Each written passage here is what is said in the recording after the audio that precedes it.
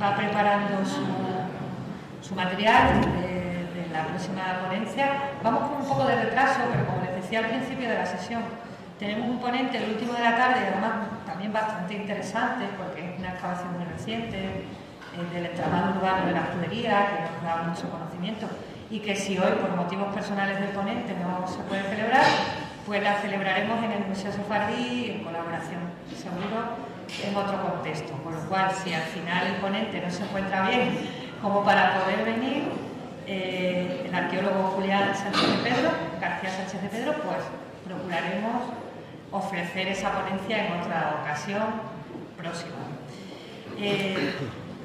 Basándonos en esa coyuntura, pues hemos prolongado un poco el tiempo, con lo cual ajustamos un poco las sesiones de esta tarde, pero vamos a dar paso ya brevemente a Arturo, al doctor Luis Taboada, que por supuesto también es un colaborador cercano del Museo Sefardí y no podía faltar en una jornada como la de hoy. De hecho, tiene muchísimo sentido que el doctor Luis Taboada esté ilustrando la parte correspondiente a la arqueología urbana y a un caso concreto que es el nuestro, que es el de la propia oficina del museo.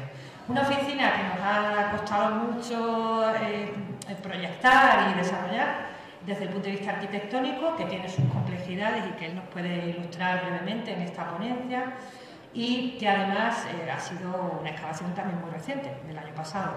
Y que además, como uso funcional, todavía nos encontramos en pleno periodo de adaptación en el museo. La oficina del Museo Sefardí es la parte interna de las áreas de trabajo técnico donde desarrollamos el equipo técnico y administrativo del museo, nuestra labor diaria.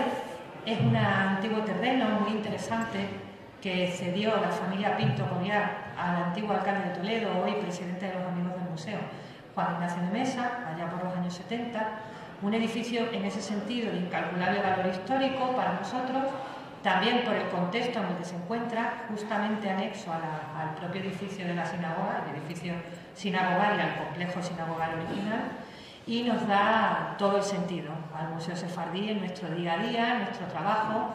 Está suponiendo para todo el equipo actual del museo una labor muy especializada, o sea, muy enfocada de presente y futuro, de poder desarrollar proyectos, porque todavía no hemos terminado la oficina en ese sentido, no hemos terminado de ocuparla, no hemos terminado de dotarla convenientemente, estamos todavía transformando su uso y su espacio, pero Arturo ya pudo intervenir desde el inicio de esta reforma arquitectónica de nuestro museo, de nuestro edificio oficina, el año pasado. Y es lo que nos va a contar hoy aquí en una ponencia que se titula La Casa Judía en Toledo, la excavación arqueológica de la Oficina Única del Museo Sefardí. Sin más, antes de darle ya la palabra a nuestro ponente, voy a presentarle brevemente, aunque creo que casi todos los acompañantes de esta tarde le conocen, pero también le corresponde una buena presentación, como es lógico. Y el doctor Luis Taboada, además de ser uno de los arqueólogos urbanos de la ciudad de Toledo más respetados sin duda y también más prolíficos desde el punto de vista del esfuerzo y pasión que emplea con su trabajo en intervenciones muy puntuales pero muy estratégicas de la ciudad de Toledo, pues desde el punto de vista del museo, como les decía, este doctor en Geografía e Historia por la Universidad Complutense y profesor del Departamento de Prehistoria en la actualidad de la Complutense de Madrid, pues con su conocimiento y sus habilidades arqueológicas nos ilustra también al museo en ponencias que nos ha dado recientes sobre el cementerio judío de Toledo, que también es uno de los principales hitos en su trayectoria académica que consideramos destacar, puesto que fue el verdadero descubridor en esta ciudad de esa parte que él descifró en su libro La vida futura para los devotos del cementerio judío de Toledo, en el Cerro de la Horca de la ciudad. Y bueno, pues podría tirarme una hora realmente hablando de los trabajos del doctor Luis Taboada, pero le tengo que dar la palabra a él, que es quien nos puede transmitir ese conocimiento, y por supuesto luego habrá una pequeña intervención o turno de preguntas para poder tratar los temas convenientemente. Muchísimas gracias, Arturo. Pues nada, muchísimas gracias, Carmen, por invitarme. La verdad es que el Museo Sefardí siempre es mi segunda casa aquí toledana. Gracias al Museo Sefardí, yo creo que la investigación en Toledo ha avanzado en los últimos años, en las últimas décadas incluso, con Santiago Palomero y ahora con Carmen también, quiero decir que el impulso que están dando a la investigación en materia no solo judía, sino a nivel de contexto de ciudad y a nivel arqueológico es fundamental. Y lo que voy a hacer en esta breve exposición, es decir, intentaré ceñirme a la media hora que tengo de tiempo, es exponer los resultados de la última intervención con motivo de la construcción de la oficina única del museo. Es decir, lo que voy a poner a continuación es un poco voy a tomar el relevo a lo que nos ha estado contando la profesora Rubio, Rebeca, en cuanto a la complejidad que son las intervenciones urbanas en entornos de ciudades patrimonio de la humanidad como Toledo. Por tanto, lo que voy a hacer yo ahora es simplemente traer aquí un poco el caso práctico de lo que ella ha expuesto de forma teórica y un poco, yo creo que nos ha quedado claro a todos de dónde estamos y desde luego qué futuro tenemos en función de la gestión de este inmenso patrimonio arqueológico que tenemos. Antes de empezar, pues evidentemente el enunciado de la pantalla, el superior, agradecer por supuesto de nuevo al Museo Sefardí la posibilidad que me dio de excavar la oficina única, agradecer a la oficina, a la División de Infraestructuras del Ministerio de Cultura, que la verdad es que junto con la empresa constructora, que es Patrimonio Inteligente, me hizo partícipe de todo tipo de medios que necesité y la verdad es que no tuve ningún tipo de problema en ejecutar la obra, siendo tan complicada, como veremos a continuación, y siendo tan emblemática. Es decir, no era una obra cualquiera, es un conjunto de casas, de 3 casas, que componían el entorno o estaban formando parte directa del entorno de la Sinagoga del Tránsito, y la intervención, desde luego, no ha dejado inadvertido a nadie, y es la que va a centrar esta exposición. No voy a hablar de nada más, o sea que va a ser, ya he dicho, voy a intentar ser lo más breve posible para simplemente dar a conocer lo que hemos hecho. Es decir, en cualquier caso, ese conocimiento es obligatorio o es obligado por nosotros, y lo hemos hablado muchas veces, Jan o Ricardo o con la propia Rebeca, es decir, los arqueólogos somos los que publicamos y, por tanto, cualquier intervención que hagamos en Toledo, si luego no la publicamos, es como si realmente estuviéramos reviviendo las intervenciones de principios del siglo, que decía también Rebeca, en el que prácticamente no tenemos ningún dato, aunque sí tenemos unas fotografías muy bonitas, ¿no? Por tanto, desde el Museo Sefardí, vuelvo otra vez a incidir en la importancia que tiene este tipo de instituciones en la promoción y en la difusión de nuestro trabajo, y animo al resto de instituciones que a lo mejor no están tan volcadas en ello a que cualquier intervención en Toledo desde luego lleve consigo una publicación, una monografía o por lo menos un balance de resultados escrito, para que el resto de investigadores que estamos trabajando en esta ciudad podamos disponer de ellos. Es decir, está claro, si no la investigación difícilmente va a avanzar, y en ese sentido la imagen de la pantalla es bastante representativa porque los números muestran las intervenciones arqueológicas más llamativas y los monumentos conservados en el interior de la judería a fecha de hoy. Por desgracia, muchos de estos números quedan vacíos a nivel de investigación y a nivel de publicación, pero otros tenemos afortunadamente una buena documentación de ellos, que nos ha permitido en la última década configurar lo que hoy en día a nivel europeo se está denominando genéricamente como arqueología judía. Y esa arqueología judía en sinagogas, iba a decir, en juderías como la de Toledo, es fundamental para articularla y para compararla con otros barrios similares a lo largo de la península ibérica, del sefarad judío, o a lo largo del resto de ciudades que han tenido presencia judía a lo largo de la historia, ¿no? Por tanto, la imagen muestra, una imagen vale más que 1000 palabras, este tipo de elementos o excavaciones o yacimientos o restos que tienen que ver con el pasado judío y que hoy en día se conservan, y muchos de ellos se pueden ver en la judería, ¿no?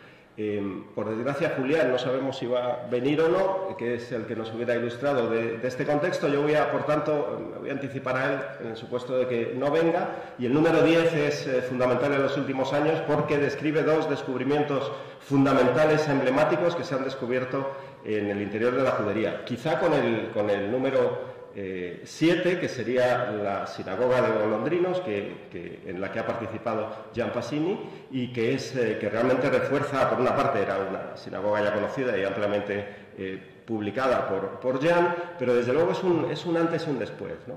Junto con esta sinagoga, el número 10, vuelvo a decir, incluye dos dos descubrimientos, ya digo, fundamentales a la hora de entender la judería de Toledo y el grado de deterioro sufrido en los últimos siglos y la posibilidad de recuperar esas destrucciones en nuestro patrimonio que también hemos estado favoreciendo en esos mismos siglos, precisamente, ¿no? El número 10, por tanto, ya resumiendo, guarda el acceso real a la judería de Toledo, la Medinat al-Yahud, de la que hablan las fuentes históricas, que generalmente se creía que era el número 11, la Puerta del Cambrón, y realmente lo que descubrió Antonio Gómez Laguna hace unos años no era otra cosa que ese posiblemente acceso, ese límite exterior de la judería en esta parte del cierre oeste del barrio, y por tanto fundamental, es decir, como descubrimiento. Además, Julián Sánchez de Pedro lo que nos iba a traer hoy es el descubrimiento de la parroquia de San Martín.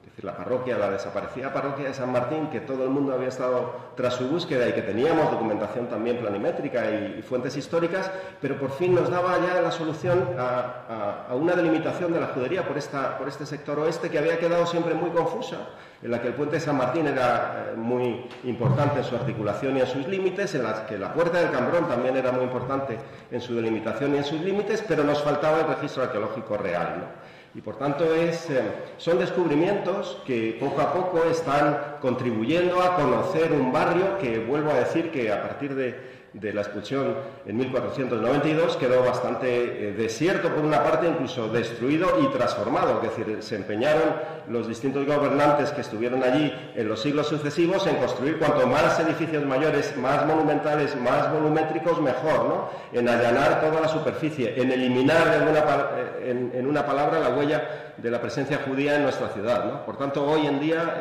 el trabajo de los arqueólogos, la arqueología urbana en este barrio y en otros barrios toledanos, como ha dicho ya Rebeca, pues es fundamental para conocer nuestra propia historia.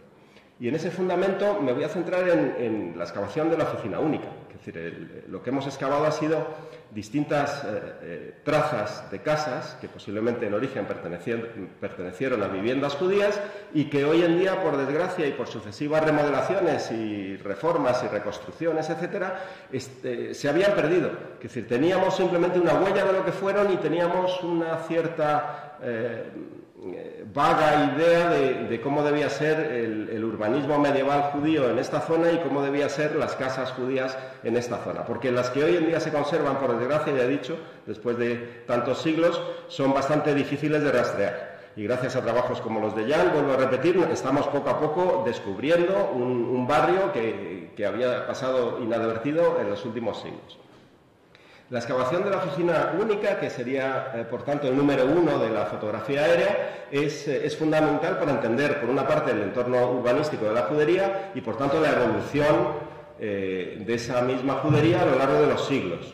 Lo que hemos conseguido, gracias a la intervención en este espacio, ha sido, por una parte, documentar las trazas de esas antiguas edificaciones judías de época medieval, fechadas en torno, grosso modo, siglo XIV, y también hemos eliminado todo el ruido que acompañaban a estos restos arqueológicos.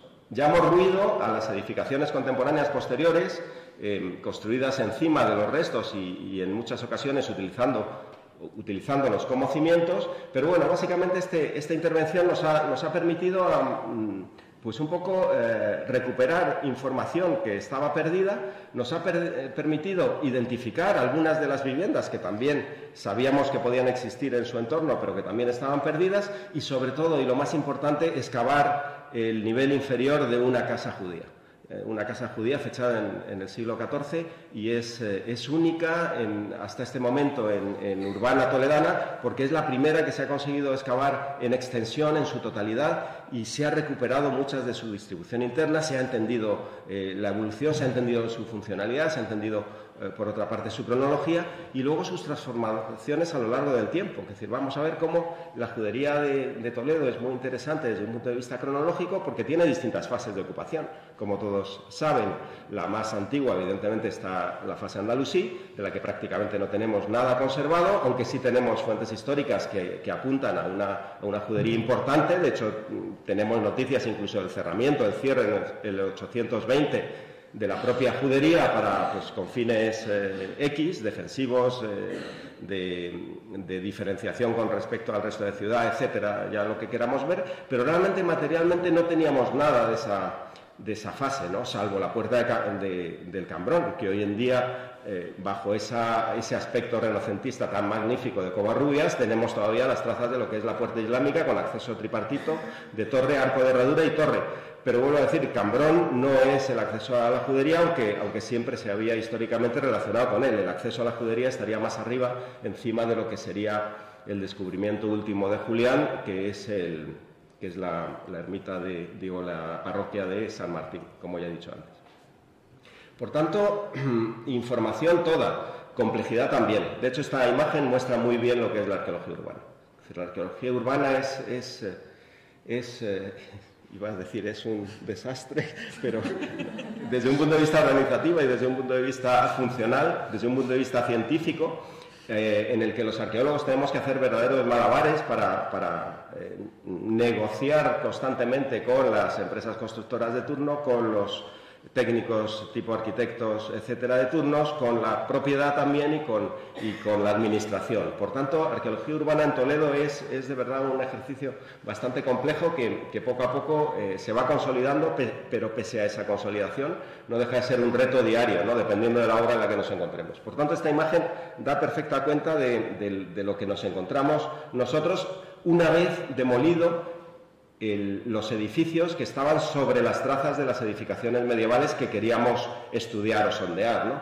Y el resultado es este. Prácticamente en la imagen no queda nada. Es decir, hemos demolido todas las casas de mediados del siglo XX y realmente nos queda muy poco. Sabíamos, no obstante, que en uno de los sectores el Museo Sefardí, las antiguas oficinas, conservaban un sótano bastante interesante, entre otras cosas con una bóveda octogonal magnífica, que aunque estaba revestida de cemento y luego encalada en blanco, no se apreciaba en su monumentalidad, pero sí teníamos idea de que más o menos podíamos encontrarnos en el nivel inferior una serie de restos que excavados debidamente podían dar bastante información. Una vez limpio el solar a intervenir, y ya me voy a centrar exclusivamente en una de las 3 casas intervenidas, que es la que más y mejores resultados han dado, lo que conseguimos fue individualizar la base o los cimientos del patio de la edificación medieval a la que pertenecían los sótanos que hemos estado excavando en este tiempo, ¿no? Y realmente la imagen de la derecha es muy significativa porque se ve muy bien el óculo central de la bóveda octogonal y luego se ven algunas canalizaciones que están relacionadas con aljibes para almacenar agua y se ve también las trazas de algunas de las crujías que formaron parte de esa casa medieval del 14 y que, ya digo, se conserva perfectamente. Y ese grado de conservación hemos sido afortunados porque realmente no solo pensábamos que estaba completamente perdido por la acción de restauraciones contemporáneas, sino que pensábamos que los datos arqueológicos iban a ser mínimos, ¿no? Debido a las tremendas remodelaciones del terreno, la adaptación o la adecuación de las nuevas estructuras a las viejas, los sistemas de cimentación con hormigón o con entramado metálico, etcétera. Por tanto, el aspecto que nos encontramos fue el que ven en la imagen. Esta es la bóveda octogonal, que ya digo que es la emblemática y la que voy un poco a centrarme en mi exposición, y lo que hicimos, lo que hacemos siempre en este tipo de intervenciones, fue una serie de sondeos estratigráficos para ver la potencia del subsuelo, para ver a qué nos enfrentábamos. En muchas ocasiones estos sondeos estratigráficos en Toledo dan como resultado que a los 10 centímetros aparece roca madre. En este caso tuvimos suerte porque no aparecieron a los 10 centímetros, aparecieron a los 50 centímetros, pero en esos 50 centímetros hemos sido capaces de identificar una serie de estructuras medievales contemporáneas a la Casa del 14, únicas en Toledo, que están dando o están aportando información sobre la funcionalidad de este tipo de casas y sobre todo la enorme tipología de viviendas que nos podíamos encontrar en una judería en el siglo XIV. Las juderías eran centros de producción en muchas ocasiones, quiero decir, las casas medievales integran una serie de estructuras de tipo industrial o de tipo doméstico que tienen que ver directamente con la actividad que precisa la familia para su subsistencia e incluso con otro tipo de actividades que tienen que ver con un comercio, con una actividad de tipo industrial que afecta más o que va más allá de la familia que lo habita, y nosotros lo que hicimos fue descubrir esto último, es decir, fueron levantado el escombro y levantado un poco individualizado el nivel arqueológico, lo que pudimos fue documentar una serie de estructuras que tenían que ver con esos usos a los que estaba destinado el nivel inferior de la casa. No olvidemos que la casa, este tipo de casas de estas características suelen tener varios niveles, es decir, está el nivel de patio y posiblemente tenga una primera planta, incluso una segunda planta, incluso una tercera planta, etcétera. Por desgracia, nosotros solamente conservamos el nivel inferior. Pero este nivel inferior nos ha servido para restituir perfectamente lo que debía ser esta vivienda, ¿no? Cuando eliminamos el revoco de las paredes, no sin bastante esfuerzo y bastante sufrimiento y bastante pena, ¿no? Porque era cemento lo que estaba enfoscando la pared. De hecho, muchas de las obras aquí en Toledo ocurre eso, ¿no? Que nos ven a los arqueólogos utilizando un martillo neumático con un ruido brutal y parece que estamos demoliendo cosas, y lo que estamos quitando es una capa de cemento de 3 centímetros. O sea que con todo el daño que hace a la estructura original. En este caso era un muro de mampostería y ladrillo magnífico que estaba marcando esta bóveda octogonal en la que luego me pararé a reflexionar un poco. Ahora que está además Jan Pasini aquí delante, seguro que tenemos oportunidad de intercambiar algunas palabras, pero esta fue la imagen que nos encontramos. Es decir, a partir de aquí tuvimos que identificar los distintos vanos que existían, que estaban ocultos y que estaban creados en época contemporánea, como por ejemplo el de la derecha, el que tiene la apertura de luz. No sé si se ve el cursor. Sí. El que tiene la apertura, pues era un vano, era un roto en el muro, simplemente. El más llamativo era evidentemente, que era un arco perfectamente definido y que estaba tapiado, y lo que hicimos fue, y luego tenemos el subsuelo del que antes hablaba, que tuvimos la suerte de encontrar bajo esta solera pues un nivel arqueológico bastante potente que nos descubrió, nos permitió identificar un montón de estructuras. Este es el muro tapiado, y lo que hacemos los arqueólogos, evidentemente nuestra curiosidad innata es descubrirlo. Y en esa demolición programada y arqueológica lo que encontramos fue un acceso muy interesante de esa bóveda octogonal a una de las crujías laterales que contenían parte de esas estructuras de actividad industrial que luego veremos, y por tanto lo que estaba haciendo este espacio, y además es un espacio estructuralmente muy bien definido, con 2 hojas de arcos totalmente distintas, con además salvando un desnivel probable del subsuelo. Por tanto era un diseño muy interesante que en principio, sin haber excavado nada más, nos estaba apuntando a que ese diseño respondía a una actividad concreta. Lo que teníamos que averiguar era qué tipo de actividad y sobre todo por qué requerían este tipo de diseños con dobles arcos, con distintas desniveles en las luces y en las dovelas, en las claves, perdón, de esos arcos, etcétera, ¿no? El resultado fue la documentación pues, de espacios asociados a estos arcos, como ¿no? Esto no es otra cosa que un pavimento fechado en el siglo XVI.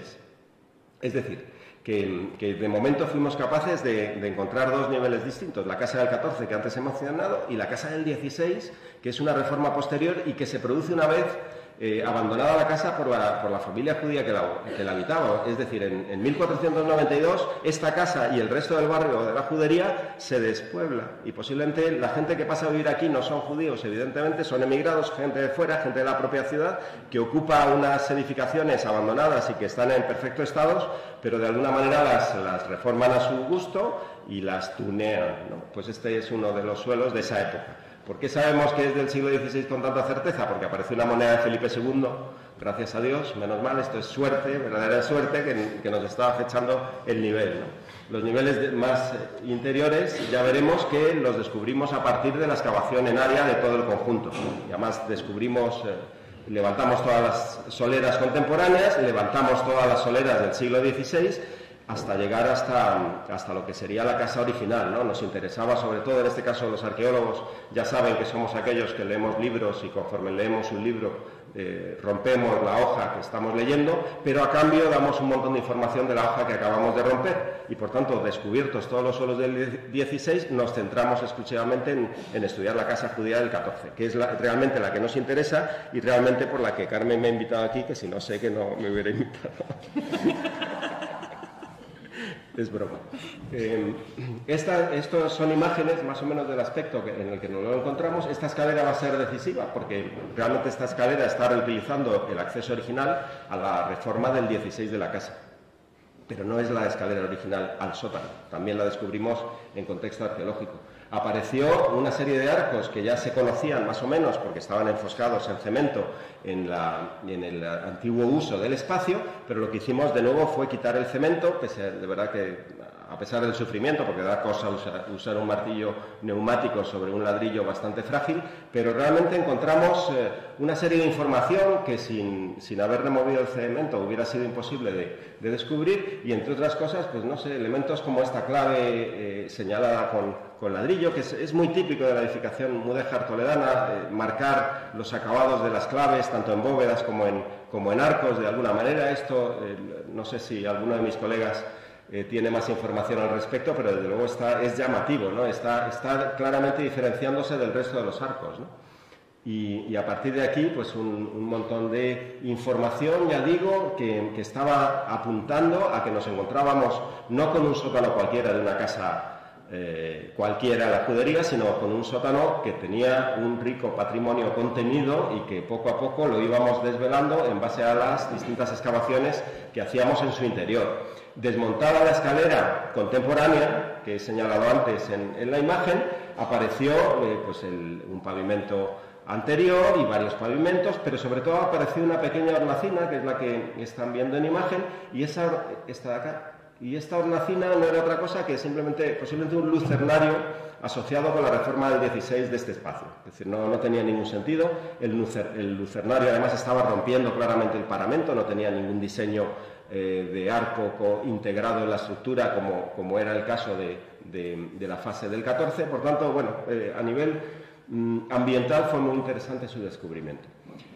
Entendidos todos los vanos, entendidos la distribución interior del espacio, lo que nos dedicamos también fue a analizar cuestiones que han sido siempre objeto de debates en esta ciudad y que aquí está Jan Pasini como uno de los principales baluartes de muchas de las interpretaciones que se han hecho de un tipo de bóveda octogonal única en Toledo, que es decir, está relacionada siempre con la judería, de la que existen pocos ejemplos, es un club muy selecto y en el que las interpretaciones, evidentemente, en base al estudio de las fuentes históricas son muy interesantes. Tenemos trabajos de Jan en 2017 que hablan de un espacio relacionado con un posible mikvé, o de ese mismo espacio relacionado con un posible rito cultural como una sinagoga, como un espacio sinagogal oculto. Que son espacios realmente que dan lugar a muchas interpretaciones, porque realmente son espacios únicos y magníficos, es decir, que son realmente muy llamativos, ¿no? El rito criptojudaico, pues yo con Jan he hablado muchas veces que realmente una sinagoga o un espacio oculto en una vivienda se genera en cualquier vivienda, es decir, en cualquier espacio, es decir, es muy sencillo generarlo. Este tipo de bóvedas octogonales yo las interpreto de forma totalmente distinta, y lo que son partes de una estructura funcional, de un área industrial, de este tipo de viviendas, muy compleja, con una serie de distribuciones internas, con una serie de diseños y acabados en subsuelo, y asociados con una serie de elementos arquitectónicos que las definen, ¿no? De hecho, es muy interesante, por ejemplo, ver cómo este es el inventario que hace Jan Pasini de las bóvedas octogonales, y yo lo que añado a este inventario son los elementos relacionados con estructuras ajenas a ese diseño de las bóvedas en subsuelo y que no tienen realmente nada que ver con usos posteriores, ¿no? No dudo que este tipo de espacios se usaran como sinagogas ocultas, no dudo que este tipo de espacios, por tanto, se usaran como espacios destinados a otras cosas, pero desde luego en origen tienen una clara finalidad industrial, tienen una clara finalidad de distribución del espacio. Los óculos centrales de este tipo de bóvedas octogonales no son otra cosa que un intento de recircular un aire que posiblemente esté viciado como consecuencia de la actividad industrial que se está desarrollando en el nivel inferior de este tipo de viviendas. Por tanto, intenté identificar una serie de elementos, los pocos que estaban publicados, asociados a estas bóvedas octogonales y que iban un pelín más allá. 2 aljibes, en el caso de Santa Ana y Virgen de Gracia 8, un tercer aljibe en la calle San Juan de Dios 18, y en el caso de San Juan de Dios 13, que es la casa objeto de este estudio, un gran espacio longitudinal destinado a 3 tinajas, excavado en la roca. Por tanto, son elementos que hasta ahora no se conocían, o por lo menos no se asociaban con estos espacios, no solo la bóveda octogonal, sino estos espacios en subsuelo con este tipo de funcionalidad industrial, y que evidentemente demandan que en un futuro, cada vez que se intervenga en este tipo de lugares, se excave en el suelo. Es decir, el problema es que tenemos excavaciones, o tenemos constancia de excavaciones, que por un problema de logística constructiva no se hace. Es decir, el problema de la arqueología urbana es que se excava en aquellos sitios en los que el proyecto de arquitectura obliga a excavar. En los que no obliga a excavar no se excava. Y ese es un problema. Eso deberíamos, y tomando otra vez el relevo de Rebeca, deberíamos otra vez reconfigurar un poco qué ciudad queremos y sobre todo qué tipo de información arqueológica queremos para una ciudad como Toledo. Nos estamos cargando la ciudad de forma a pasos agigantados. Por desgracia, o usamos o planificamos unas políticas de intervención distintas, en las que los equipos se hablen entre ellos, en los que, por supuesto, todos publiquemos todos nuestros resultados, y en los que investigadores como Jan Pasini sean parte fundamental en esa articulación de las intervenciones, porque conocen perfectamente el entramado urbanístico de la ciudad, no vamos a llegar a ningún sitio. Y entonces, de verdad que una reflexión, he empezado diciendo que el Museo Sefardí era una institución que lo favorecía, me sigo lamentando de que el resto de instituciones de la ciudad, ya sean públicas o privadas, no tienen esa intención, no son simplemente soluciones de urgencia, de emergencia.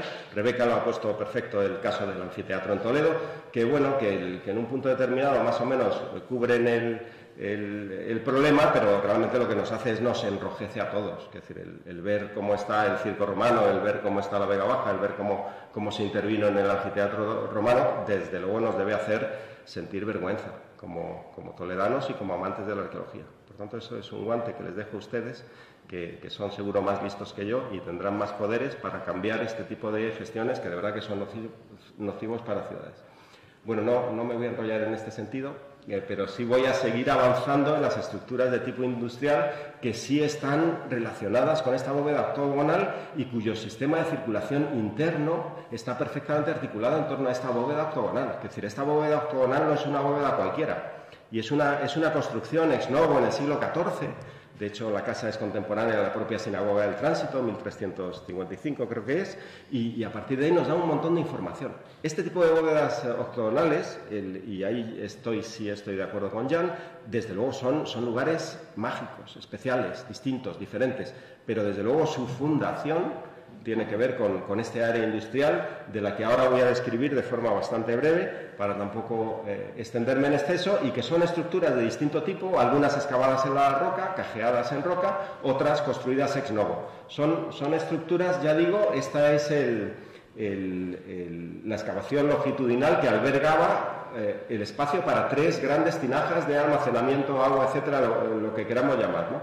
Y son además espacios perfectamente definidos que tienen que ver, ya digo, con un diseño claramente orientado a esa producción industrial que desconocemos cuál era. También lo avanzo, por desgracia no fuimos capaces de establecer a qué, luego lo matizaré un poquillo, pero realmente la imagen es monumental, es decir, es espectacular, y en su interior se encontraron restos de estas grandes tinajas, por desgracia bastante fragmentados, fruto del devenir del propio espacio y de las restituciones y reconstrucciones posteriores contemporáneas.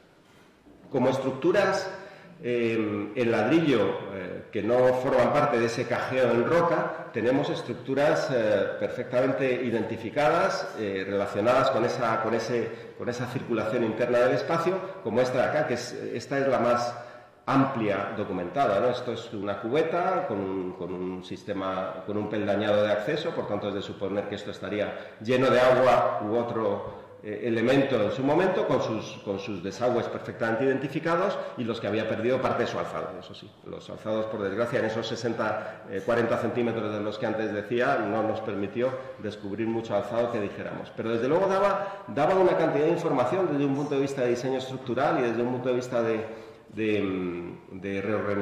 reorganización interna del espacio con fines industriales, y además en su interior pudimos localizar un montón de fragmentos de cerámica magníficos, entre también restos de fauna. De hecho, mi colega a continuación va a hablar de ellos, que nos ha permitido completar una secuencia cultural, una secuencia cronológica, una secuencia industrial incluso, que tiene que ver con el aprovechamiento de este espacio en un momento determinado de la historia de una casa que tiene bastantes siglos, ¿no? A partir de aquí encontramos los materiales más llamativos, más significativos, son un conjunto de lámparas. Luego analizaré una de ellas por lo problemático. Este es otro de los espacios excavados. Esta es la estructura 1, creo recordar, la anterior era la estructura 2, y a partir de ahí, ya digo, el interés de esta intervención fue el material que había contenido en su interior. Material, por otra parte, que estaba mostrando la fase de abandono de este tipo de estructuras, y estructuras que en Toledo tenemos constancia de ellas, es decir, en cualquier excavación que podamos hacer, lo he dicho antes, el problema es que no están prácticamente publicadas, pero el ejemplo más espectacular, declarado bien de interés cultural, por cierto, son las cenerías, en el barrio de San Sebastián, a lo mejor, ¿cómo se llama? Bueno, el barrio de las cenerías. Pues es un tipo de cubeta similar, de una época también muy parecida, etcétera. En este caso la funcionalidad claramente está relacionada con el tratamiento de las pieles, etcétera. En nuestro caso, ni idea. Pero desde luego tenían todas canalizaciones internas, albañales, etcétera, que más o menos indicaban a que esa actividad se producía y se utilizaba. El interior de estas cubetas, de estas estructuras en ladrillo, ya he dicho que tiene una amplia colección cerámica que se remonta al siglo XIV, nos ha permitido fechar bastante bien por sus tipos característicos, y en este caso la cerámica la ha estudiado Carmen Ramírez Villadóniga y ha mostrado una tipología cerámica muy interesante, contextualizada, de las pocas que existen también en Toledo, contextualizadas por el problema que decía también Rebeca, de que se excavan pozos y poco más, ¿no? Es decir, en este caso son contextos cerrados y por tanto la información ha sido brutal desde un punto de vista cerámico, como están viendo, pero la pieza estrella está claramente apuntando a un tipo de candil aparecido en una de estas estructuras, y no es otro que un fragmento de Hanukkah.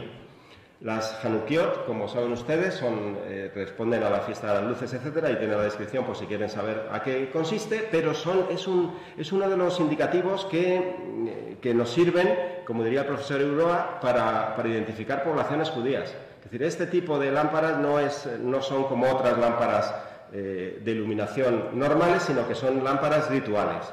Pues la ritualidad de estas lámparas consiste en que están distribuidas en 8 cazoletas, y además suelen tener una novena que se llama el Samás, que es la central. Yo lo que he hecho, me he permitido el lujo, la suerte, por otra parte, en este caso hay que tener suerte.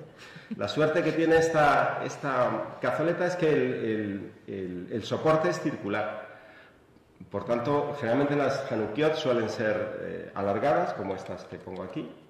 Estos son las Hanukiot más o menos más llamativas, uno es de Calatayud, otro es de Lorca, etcétera. Son diseños alargados y por tanto el encontrar una o dos, los originales aquí serían 2, aquí en este caso serían 4. El problema es que esto hay que reconstruirlo y hay que llegar a las 8 más una, ¿no? Y es complicadísimo porque tienes posibilidad de error, sobre todo porque las lámparas de este tipo, hay una definición tipológica de este tipo de lámparas que son policandiles, como estos de acá, este de Lorca, este de Sevilla. Y un policandil no es una Hanukkah, un policandil es una lámpara normal y corriente. Por tanto, la diferencia entre una Hanukkah y un candil de luz lo da su morfología y su tipología, ¿no? Pues nosotros tuvimos la suerte, vuelvo a decir, que el soporte, al ser curvo, nos permitió identificar un diámetro que creo que pone 19 centímetros de diámetro, y a partir de ahí, del resto que teníamos, restituir como hubiera sido la Hanukkah original, que nos daba las 8 lámparas, más luego si queríamos desarrollar más la imaginación, podíamos incluso incluir una novena o sea más, ¿vale?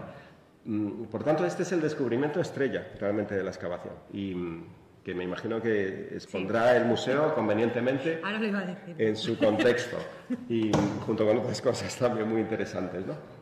Pero bueno, en cualquier caso es divertido, ¿no? Esto es arqueología. Es decir, esto es arqueología urbana y esto es el descubrir cosas y intentar interpretar cosas más allá de lo que se conocía anteriormente, ¿no? El resultado final de la intervención es, ahora ya hablo en modo arqueólogo, es la documentación de un nivel inferior de una vivienda del siglo XIV con la identificación de distintas estructuras industriales, cubetas fabricadas en ladrillo y otras excavadas en la roca.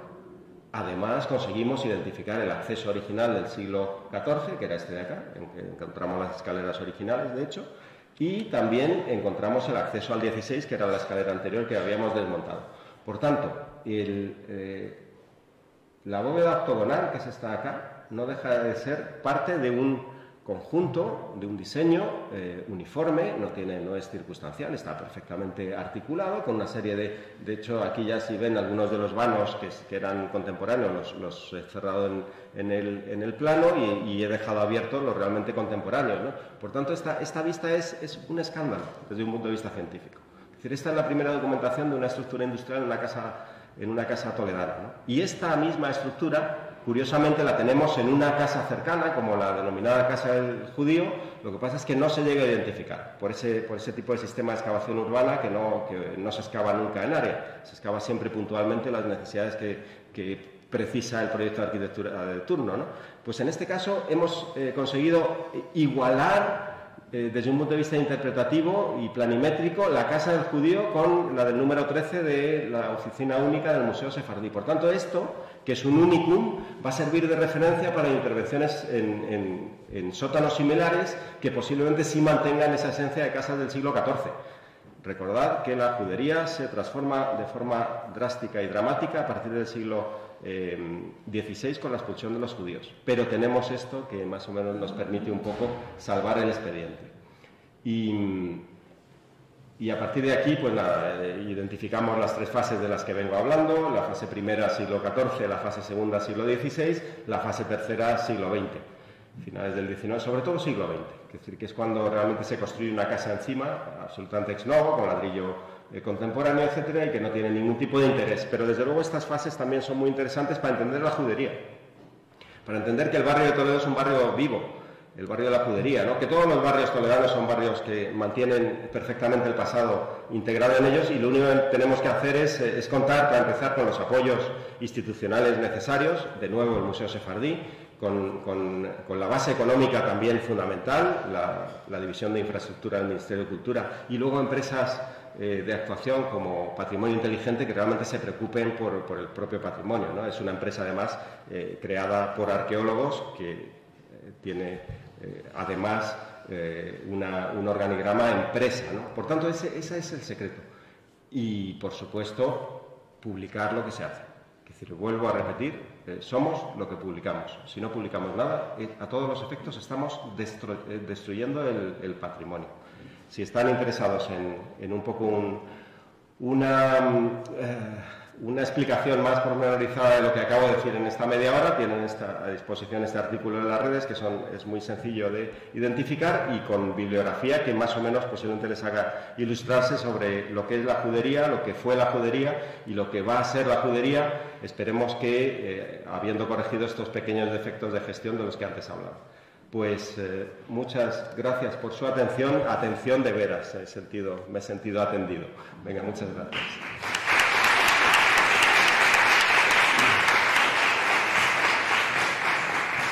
Te hubiéramos invitado igual. ¿El qué? Yo creo que te hubiéramos invitado igual a estas jornadas, y también quiero agradecer que la presencia directamente del doctor Pasini, de Jean Pasini, que también es un habitual de esta casa y lo seguirá siendo.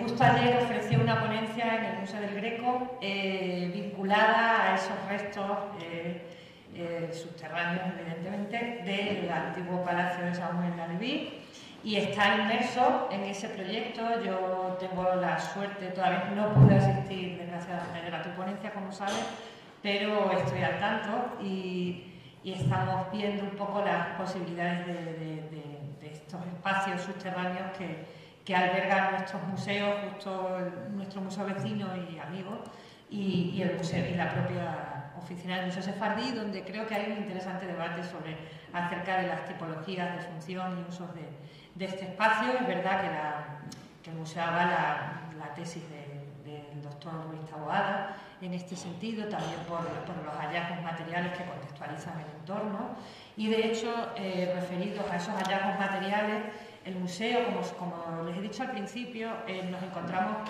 en pleno proceso de renovación, también expositiva. De hecho, es una renovación larga en el tiempo, que va desarrollándose y avanzando en fases, y en la cual también tendremos la suerte de contar dentro de nuestra colección expositiva, nuestra colección permanente, visible en las vitrinas del museo y en las salas del museo, con un nuevo discurso del Museo Sefardí, donde vamos a seguir contando la historia judía en España y en ese sentido el desarrollo cronológico e histórico de las juderías en España, pero donde desde siempre y también ahora, con especial atención a estos hallazgos, le mostramos especial interés en la exposición permanente del museo a la arqueología y a esos últimos hallazgos arqueológicos, que a nosotros, desde el punto de vista de la complejidad de la cultura material en el legado hispano-judío, que hemos tratado en congresos concretos, en el Museo Sefardí hace años, pero con la red de museos judíos europeos, por ejemplo, el último en 2017, hablamos de esa problemática o complejidad de poder estudiar la cultura material hispano-judía por la escasez de ese legado, con lo cual cobra especial importancia cuando, gracias a intervenciones de este tipo en las obras de remodelación del museo y con la excavación, que por cierto supuso un esfuerzo enorme en cuanto a recursos y en cuanto a plazos de trabajo, y en plena pandemia, les recuerdo también, pues ha sido también un ejemplo esta excavación, en una palabra, que conocemos muy bien en el museo, como podrán imaginar, y que el propio Arturo nos hizo partícipe en sus distintas fases, un esfuerzo de coordinación también entre los usos espaciales modernos que se buscan en una oficina de un museo con la intervención arqueológica, que además ponemos en valor en el propio edificio. Lo vamos a enseñar, por cierto, a los amigos del Museo Sefardí este próximo domingo. Les invito a hacerse socios, amigos del museo, para que puedan disfrutar de una serie de privilegios, por qué no decirlo, y de ventajas, siendo socios de los amigos de nuestra asociación, que nos ayudan en gran parte de nuestros proyectos al museo. Y retomando la idea de la exposición, también tengo que agradecer a otras instituciones de la ciudad que también están presentes aquí dentro del público, como es el Museo de Santa Cruz de Toledo.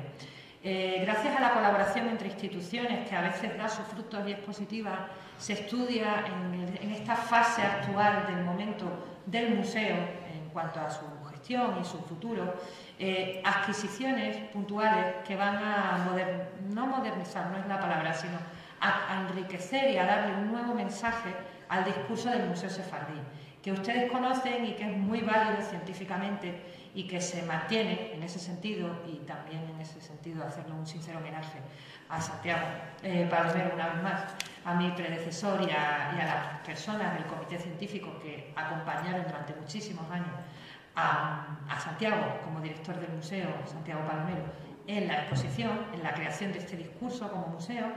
Y como el museo es algo vivo, cambiante, que evoluciona, hemos considerado en esta nueva etapa del centro renovarlo en la exposición, y en ese sentido pues tampoco quiero desvelarles muchos misterios, bueno, no misterios, sino sorpresas que trabajamos en la actualidad en el área de colecciones, en el área de conservación preventiva, dentro del equipo técnico, pero es cierto que se está estudiando en base a un nuevo discurso expositivo, contextualizarlo con los hallazgos de esta excavación, evidentemente, con los hallazgos de materiales que ha producido la excavación, estudiados por el doctor Luis Taboada y los colegas que también intervienen esta tarde, y otra serie de adquisiciones de las cuales ahora mismo no voy a dar mucho detalle, pero que están en ciernes y que también son de carácter contextual, arqueológico, y que van a ser muy importantes también para la actualización y el sentido de contar el legado hispano-judío en una ciudad como Toledo, donde se han producido excavaciones en los últimos años, donde hay hallazgos materiales, como les decía, muy escasos, con lo cual la escasez en ese sentido de cultura material es un valor añadido a la hora de contar o de armar el relato en el Museo Sefardí sobre la presencia de historia judía en una ciudad como Toledo y en la península, en estos reinos medievales que ya son el final del periodo cultural en su esplendor de esta presencia judía en la península. Con lo cual, resumiendo, muy agradecidos desde el Museo Arturo que nos haya acompañado en esta etapa y nos siga acompañando. También agradecidos al Museo de Santa Cruz, a Ricardo también como miembro de esta asociación de amigos, al doctor Gian Pasini también, que nos acompaña hoy aquí. Y sin duda son proyectos, por eso queríamos dedicarle las sesiones de tarde a la arqueología y con todo el sentido y el valor que tiene para nosotros en esta etapa actual. Y sin desmerecer ni muchísimo menos las sesiones de mañana que han sido interesantísimas. La arqueología de nuestro contexto lo que nos está dando es gran parte de nuestro sentido como museo, por ese hallazgo material, por las nuevas adquisiciones que se van a producir en la colección, por poder contextualizar nuestro entorno del edificio sinagogal, de la oficina, por poder crear sin duda una institución modernizada, renovada, con proyectos de este tipo. Y necesitamos, en una semana como la Semana de la Ciencia, necesitamos a los arqueólogos, necesitamos a los especialistas, a los científicos, en una palabra, a los que hemos tenido la oportunidad de escuchar y seguimos escuchando en esta jornada, de la mano para poder desarrollarnos como institución. Con lo cual, de verdad que desde el Museo Sefardí es un lujo poder contar con proyectos actuales de este tipo. Y la ponencia de Arturo en ese sentido pues nos ha ilustrado muy bien en qué ha consistido ese hallazgo y cómo es de difícil también intervenir en un edificio histórico que también tiene un uso como museo en la actualidad, con lo cual considero que ha sido también una parte súper interesante, muy visible de nuestro museo actual y de los cuales estamos a vuestra disposición para poder resolver cualquier duda, ¿no? Con lo cual, si alguien tiene una pregunta, puede preguntarle al ponente o incluso al doctor Gian Pasini, que se encuentra también aquí, pero no ha intervenido de manera oficial. Sí. Hola, yo quería que hablases un poco más la opción de la tecnología. Porque ahora está el 14 y no del 13, o decir qué materiales tenéis para esa tecnología. Y en segundo lugar, respecto a los usos industriales, no sé si a lo mejor más que industrial implica una producción. Podemos hablar de almacenamiento, que serviría igualmente el óculo, como haces tú, para las habitaciones, las tinajas para almacenar, los espacios frescos pero abiertos. No sé si realmente es más un espacio de almacenamiento que industrial, y a qué te refieres, si puedes concretar algo más en cualquier caso, si consideras que realmente es industrial. Y una tercera pregunta, ¿cómo relacionas los hallazgos con las excavaciones de los años 80 en esa parte del patio? Dado que, bueno, aparecen también estructuras, no sé si de alguna manera las has podido relacionar con los espacios que hayáis vosotros ahora. Pues cronológicamente tengo dos elementos diagnósticos. El primero de ellos es el estudio arqueológico de la arquitectura de la casa, en el que el aparejo, la composición en verdugada y en mampostería es igual que el de la mezquita, que el de la sinagoga del Tránsito, o sea que desde un punto de vista tipológico serían ambos muros y por tanto si uno lo tenemos fechado en 1355, es de suponer que el otro es de esa época. Bien, es cierto que el estudio de los paramentos es bastante complejo en el momento en el que se pueden desarrollar a lo largo de siglos, como el de la cerámica, que también se puede desarrollar a lo largo de siglos. De hecho, la cerámica que tenemos identificada y yo he fechado o he ubicado en el siglo XIV, esa misma cerámica empieza a aparecer en el siglo XIII también. Por tanto, estaríamos hablando de una horquilla de tiempo, una horquilla temporal genéricamente o ubicada en grosso modo en el siglo XIV, pero evidentemente podría ser anterior, pero yo no me retrasaría más de un siglo. Por tanto, no tengo otros elementos diagnósticos salvo que los propios paramentos y la cerámica. La segunda pregunta, con respecto a las estructuras industriales, yo lo comparto. La estructura industrial, la definición es compleja, es decir, lo bueno de decir que es estructura industrial es como decir usar el término simbólico, ¿no? Es decir, cabe todo, ¿no? Es un cajón desastre en el que todo es perfectamente explicable. Estructura industrial yo lo comparto, evidentemente hay algunas estructuras directamente relacionadas con el almacenamiento, pero hay otras estructuras que son de uso diferente en el momento en el que son cubetas con sistemas de drenaje interno y con sistema de comunicación entre ellas. Y ese tipo de cubetas con sistema de drenaje se asocian con algún tipo de actividad productiva que desconozco. He puesto como ejemplo el caso de las cenerías de San Sebastián, como un uso así de cubetas industrial de manual. Pero en este caso no tenemos más datos. Recordad, de todas formas, que solo hay 3 estructuras en ladrillo de este tipo, ¿no? Que serían las propiamente industriales. El resto es complicado, es decir, los cajeos en roca. Luego hay un tipo de cajeo en roca también que hemos documentado que igual tienen una estructura de drenaje interno. Por tanto, es que está a caballo entre almacenamiento y funcionalidad. Y la última pregunta era, perdona. No, si de alguna manera podías relacionar lo que se escapó en los años 80. Ah, sí. Vale. Las excavaciones de los 80 son fascinantes. De hecho, ¿están abiertas al público o van a estar? Parcialmente. De hecho, a mí siempre me ha sorprendido uno de los aljibes, que tiene una profundidad bastante considerable y que yo creo que no llegaron al suelo por la profundidad precisamente. Y que buscando Mikvaot sería un buen sitio para hacerlo. Es decir, y a partir de ahí la conexión con la excavación mía es una conexión urbanística, no es una conexión real. Es decir, la estructura, la división urbanística interna de este tipo de ciudades hace que cada elemento, cada yacimiento sea una casa, independiente de la otra. Es decir, no estarían conectadas, aunque las excavaciones de los 80, básicamente los resultados son muy parecidos a los resultados que tengo yo, ¿no? Quizá la metodología era distinta y quizá la conservación pues a lo mejor está más compleja de interpretar en el momento en el que está de forma poco accesible, por así decirlo, pero sería lo mismo. Estaríamos en una unidad de habitación o en varias unidades de habitación en el que al menos uno de los elementos merece la pena seguir investigando sobre ellos, que es, ya digo, un aljibe cisterna excavado en la roca, aunque tiene una fábrica superior en ladrillo, en bóveda, pero desde luego eso sería un antes y un después en este tipo de trabajos y que no dudo que se hará tarde o temprano.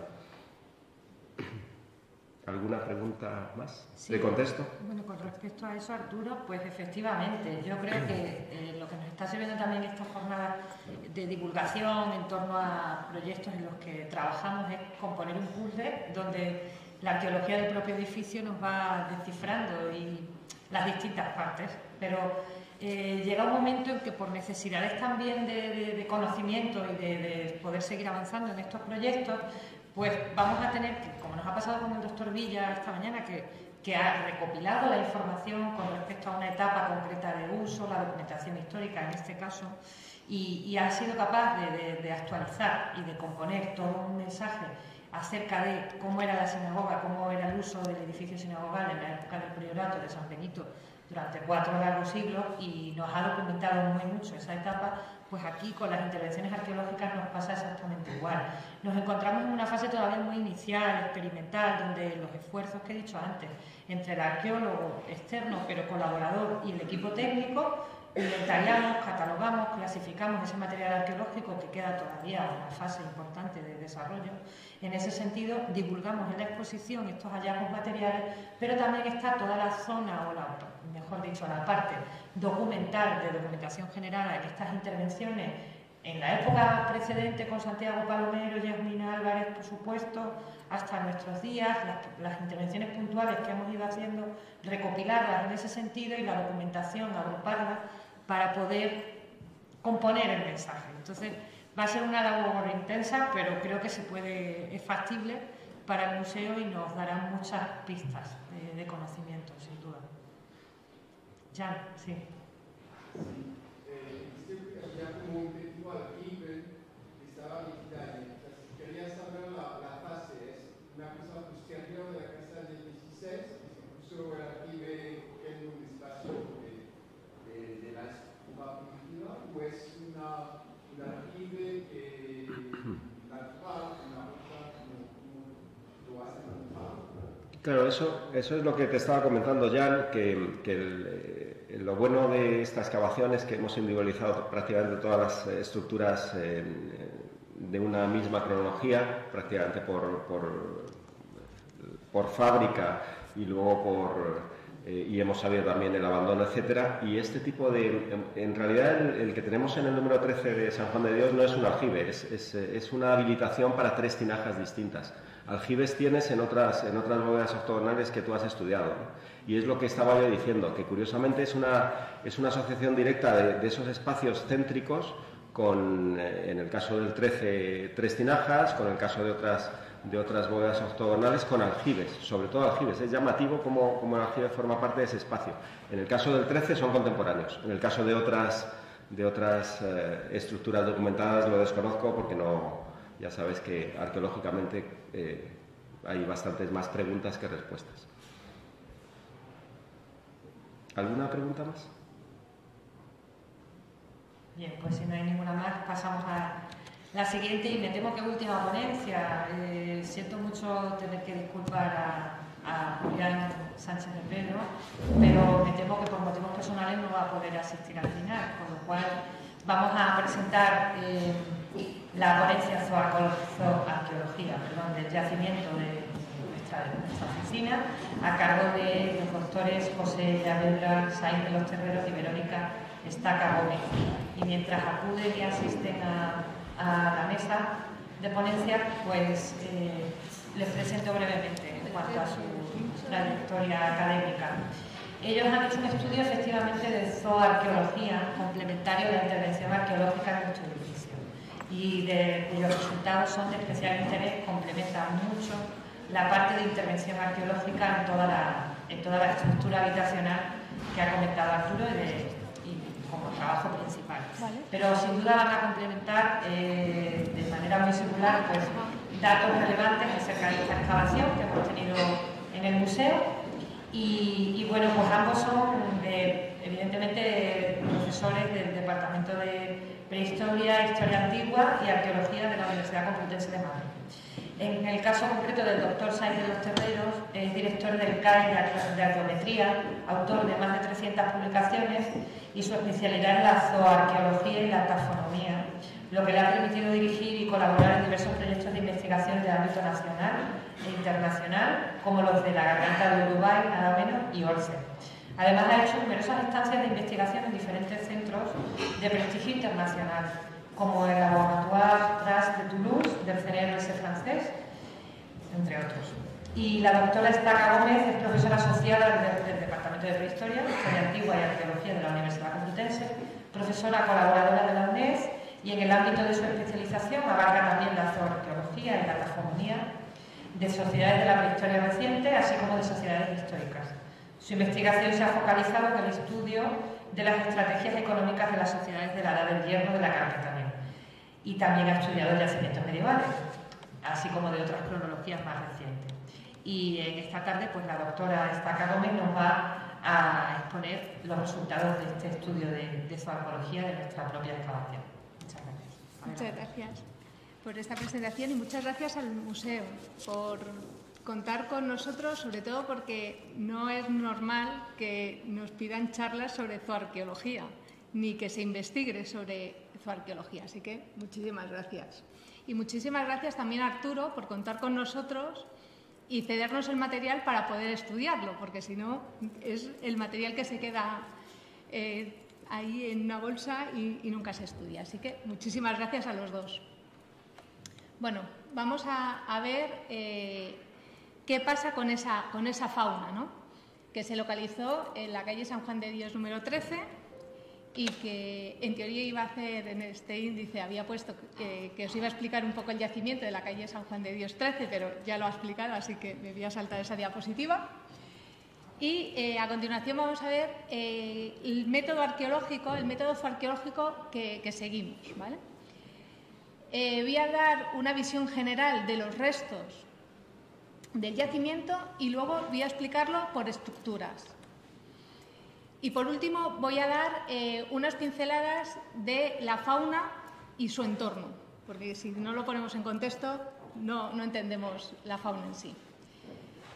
Bueno, este es el yacimiento, como ya nos ha contado Arturo, así que voy a pasar de largo. Y donde nosotros hemos encontrado, o el profesor Arturo ha encontrado, los restos son en la estructura 1 y en la estructura 2. Voy a pasar aquí. Y me meto con relación a la metodología arqueológica. Lo primero que hacemos cuando nos llega el material es saber de qué animales nos llegan y, por tanto, necesitamos saber el número de restos y qué especies hay, así como el número de individuos de cada especie. Esto, además, nos da otra información, que es la edad y la muerte de esos individuos. Importante saber qué partes anatómicas nos encontramos y, en este caso, es fundamental saber, por ejemplo, si tenemos cuartos traseros o cuartos delanteros y, por supuesto, las alteraciones óseas. En este caso nos hemos centrado en las marcas de corte. Estas son las dos estructuras donde procede la fauna y, en términos generales, la muestra es relativamente pequeña, puesto que son solo 337 restos, de los cuales, como se puede ver perfectamente con relación al número de restos, 273, casi el 90% de los restos pertenecen a ovicápridos. El siguiente animal en importancia serán los bóvidos y lo siguiente las aves. Estas aves todas son de la familia de las gallináceas, es decir, gallinas y gallos. Y con relación al número de individuos que hemos podido documentar, tenemos dos bóvidos, 12 ovicápridos y 4 gallináceas. Con relación a la edad de estos individuos, salvo 2 individuos juveniles de ovicápridos, todos pertenecen a adultos. Por tanto, casi el 90% de esta fauna son adultas. Y esto tendrá una serie de consecuencias que posteriormente veremos. Con relación a los perfiles esqueléticos, observamos que lo que más nos hemos encontrado son elementos axiales, quiere decirse, vértebras, costillas, pelvis y escápulas, con el 50%. Y le siguen importancia los elementos apendiculares superiores, fémures, húmeros, tibias, radios. Y, en cambio, todo lo que son elementos inferiores, que son todo lo que son metápodos y falanges, el porcentaje es muy pequeño. Sorprenden, en este caso, los escasos restos craneales, puesto que normalmente el cráneo es uno de los elementos que se suele fragmentar bastante, y también debido a la gran cantidad de piezas dentales. Por tanto, el que haya pocos restos llama la atención. Y con relación a los cuartos traseros, al hacer la división, aquí encontramos que tenemos la misma cantidad de restos en cuartos traseros que en cuartos delanteros, teniendo en cuenta que dentro de los cuartos delanteros hay que añadirle la escápula, el húmero, el radio, la ulna y los metacarpos, mientras que en los traseros tendríamos la pelvis, el fémur, la tibia y los metatarsos. Importante el por qué aquí encontramos el 50%, pues ahí es muy curioso, puesto que lo normal sería que no nos encontrásemos cuartos traseros, porque es una de las cosas que no se suelen consumir en las poblaciones judías. Con relación a la estructura primera, la estructura 1, encontramos que el número de restos documentados es muy, muy pequeño, con solo 37 restos, de los cuales 26 pertenecen a los ovicápridos, seguido de los bóvidos y de las aves. Aquí os he traído una representación de lo que aparecía en esos 37 restos. Importante, nos encontramos que tenemos dos ovejas, de las cuales una de ellas es un juvenil, como tenéis aquí, en el cual veis que lo que está emergiendo es un M3 y en torno aproximadamente a unos 16-18 meses de edad cuando murió. Y luego tenemos un bos adulto y un ave adulta, una gallina en este caso.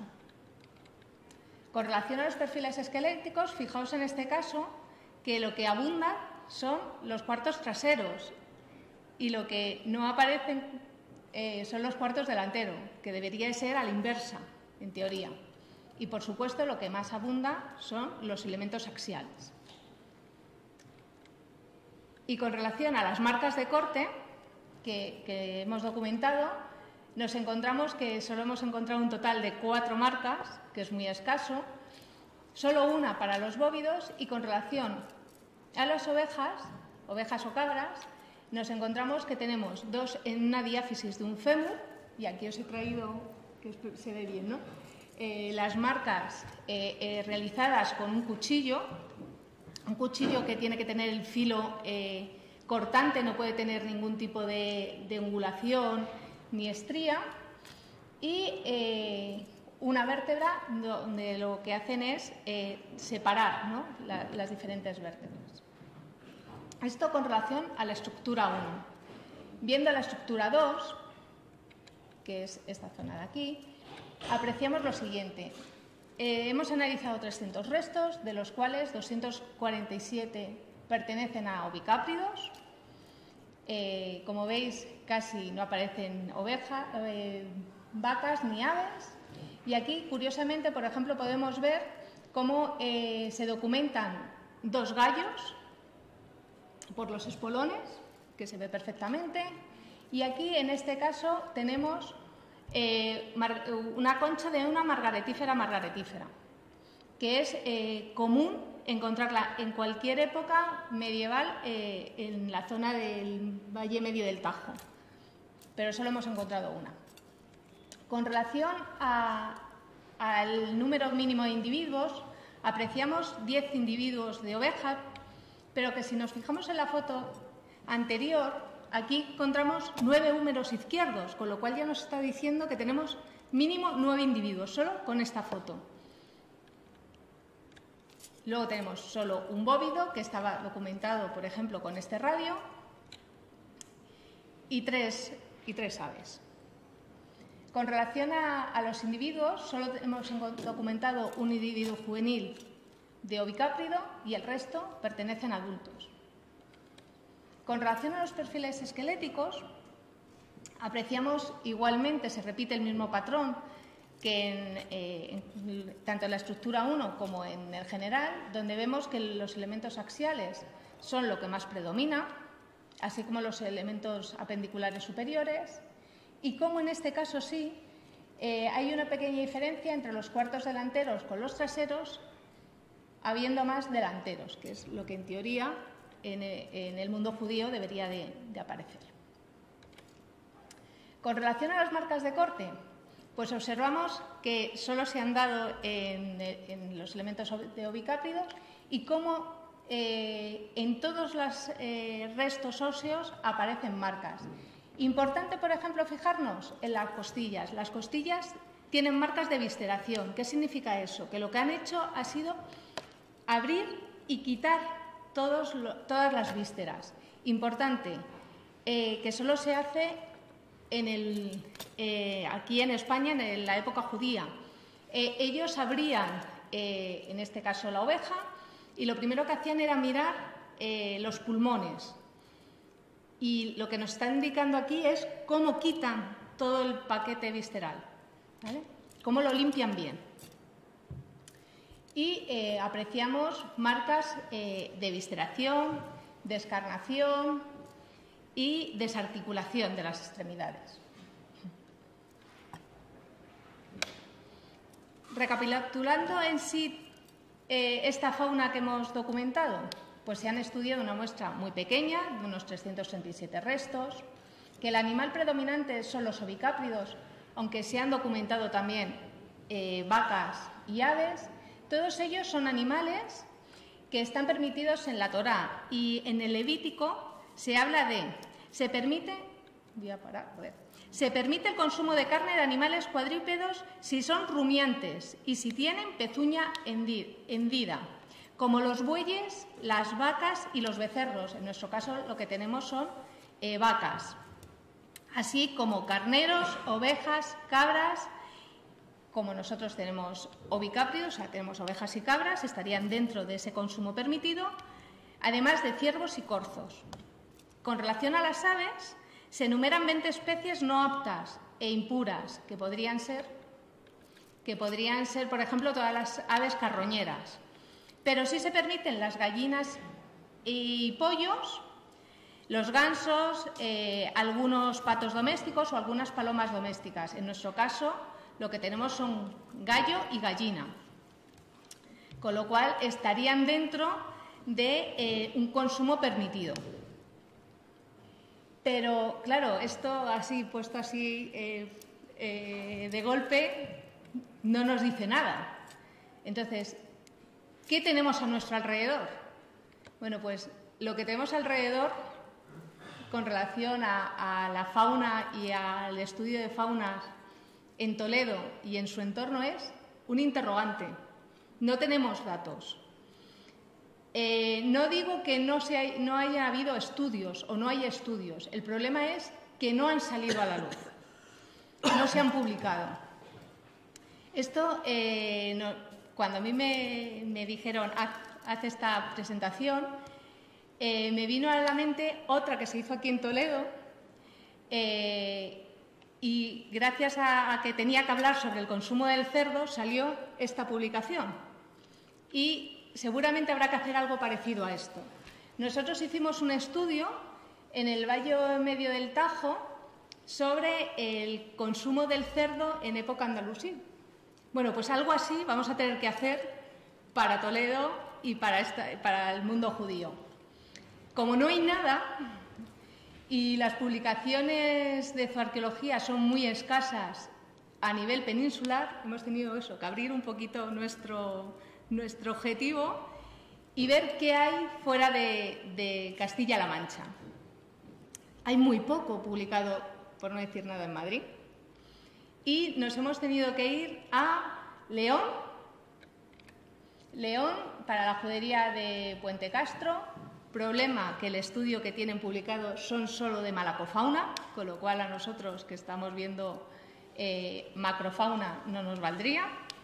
La judería de Tárrega y la judería de Puigcerdá, que está muy bien estudiada por el equipo de Valenzuela y Lamas, que es la que nos va a hacer de enganche entre lo que nosotros tenemos y lo que hay publicado, y la judería de Lorca, que sé que están estudiando los materiales, pero que no ha salido la publicación todavía.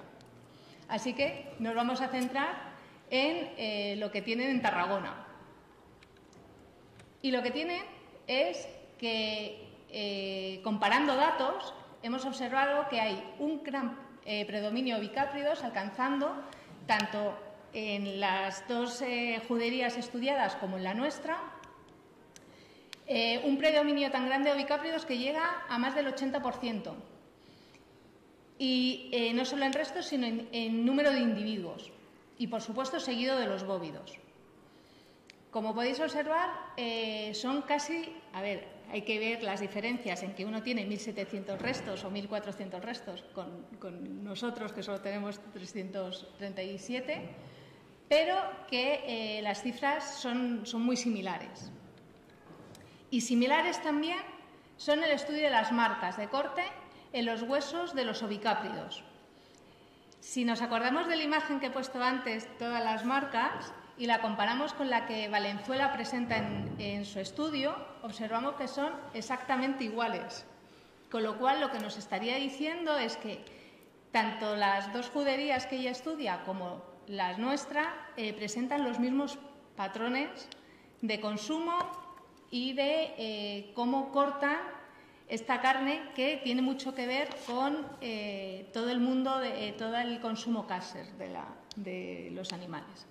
Con relación a que haya más adultos y pocos infantiles, por no decir que ninguno, y casi ningún juvenil, tiene que ver mucho con el uso de productos secundarios. La lana, la leche. Sabemos que no pueden consumir la leche mezclada o los productos secundarios, quesos, etcétera, a la vez que la carne, pero eso no implica que no usarán la leche. Así como, por ejemplo, es muy importante todo el tema que tiene que ver con los excrementos, que no se suele poner en relevancia, pero, por ejemplo, los excrementos de los ovicápridos son muy buenos para el abono de campo, con lo cual el hecho de que llegan a una edad adulta hace que puedan usarse hasta que su cenit y posteriormente su consumo sin ningún tipo de problema. Por tanto, las juderías que hay en España estudiadas, que son muy pocas y que tendremos que hacer un esfuerzo y hacer algo parecido a lo que está hecho en Holanda o en Rumanía, hasta lo que nosotros sabemos es que su funcionamiento es exactamente igual. Y un problema que tenemos, que habrá que buscar alguna solución y que es una vía para el que quiera estudiarlo, es que no se diferencian, por ejemplo, una carnicería cristiana de una carnicería, por ejemplo, judía. Y eso vamos a tener que buscar algún tipo de solución cada vez que excavemos y nos lo encontremos en el registro. Así que, bueno, pues ahí lanzo el que quiera aventurarse a esa nueva línea de investigación. Y sin más, muchísimas gracias por su atención. Que sea... Ya ajustada el tiempo. Muchas gracias, Verónica. La verdad es que, como decía al principio, complementa muy bien todo el estudio arqueológico que hemos hecho en el edificio y que, sin duda, habrá que seguir analizando e investigando estos resultados porque puede dar mucho más conocimiento acerca de muchos aspectos de la vida cotidiana en las juderías españolas y creo que puede tener bastante interés dentro de la comunidad judía nacional el poder avanzar en ese sentido. El problema es que no se estudian ningún tipo de restos faunísticos habitualmente. Claro. Y no se pone en relación los estudios que hacemos al final técnicos con el arqueólogo que las excava, ni explicamos el contexto en sí. Entonces, claro, perdemos mucha información, que habría que ponerlo todo en contexto. Bueno. Sí, sin duda se trata de articularlo bien y de estar en diálogo con los arqueólogos del edificio, en este caso, para poder complementar los resultados y dar un mensaje en ese sentido más amplio. Completo. Sí. Pues muchísimas gracias. Si alguien tiene una pregunta... Y si no, pues me temo que vamos a tener que clausurar la sesión sin la última ponencia, pero reitero que intentaremos celebrarla en otro momento y en otro contexto. Así que muchísimas gracias a todos por su asistencia y ha sido un placer el que nos hayan podido acompañar en la jornada.